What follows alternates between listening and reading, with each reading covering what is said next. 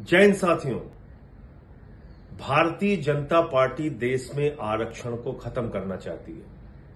पूरे लोकसभा के चुनाव के दौरान हम लोगों ने एक एक रैलियों में, सभाओं में देश की जनता को जागरूक किया और यही कारण था कि बीजेपी 240 पे रुक गई। 400 तो छोड़िए, अगर 300 भी आ जाता तो आज भारत का संविधान खत्म करने की प्रक्रिया शुरू हो जाती, आरक्षण खत्म करने की प्रक्रिया पूरी तरीके से शुरू हो जाती। आपने इनको 240 पर रोका, लेकिन बीजेपी अपनी हरकतों से बाज नहीं आ रही। इनका एकमात्र मकसद है आरक्षण को खत्म करना। सफाई कर्मियों का आरक्षण आउटसोर्सिंग करके खत्म कर दिया। सिक्योरिटी गार्ड्स की नौकरी अलग अलग जगहों पे आउटसोर्स करके सरकारी जो नौकरियां मिलती थी खत्म कर दिया। चपरासी की नौकरी, क्लास 3 की नौकरी, क्लास 4 की नौकरी सरकारी विभागों में आउटसोर्सिंग के नाम पे खत्म कर दिया। एक सबसे बड़ी नौकरी थी जिसमें दलितों की, पिछड़ों की, आदिवासियों की भागीदारी होती थी, उसमें आरक्षण खत्म कर दिया।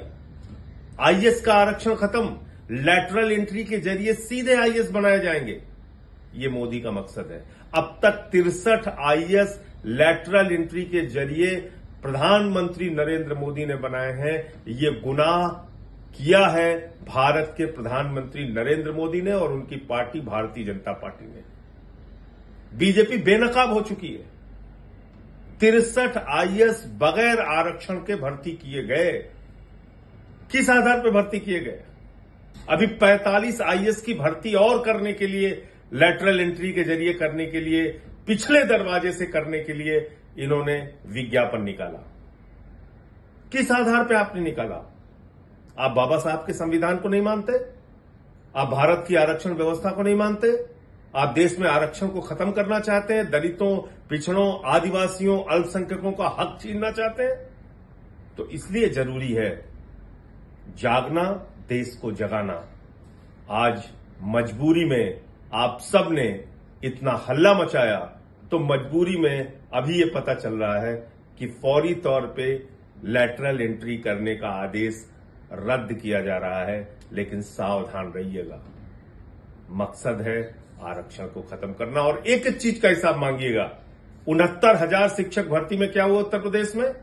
18 से 20,000 पिछड़े वर्ग के लोगों की नौकरी मारी गई, जिसमें अब राहत मिली कोर्ट से।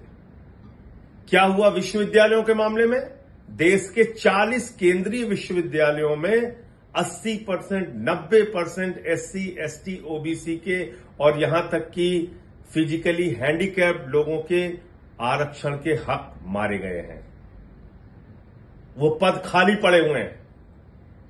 तो इसलिए जागिए, लोगों को जगाइए, भाजपा से देश को मुक्त कराइए। जब तक बीजेपी रहेगी, आरक्षण और संविधान खत्म करने का खतरा बरकरार रहेगा।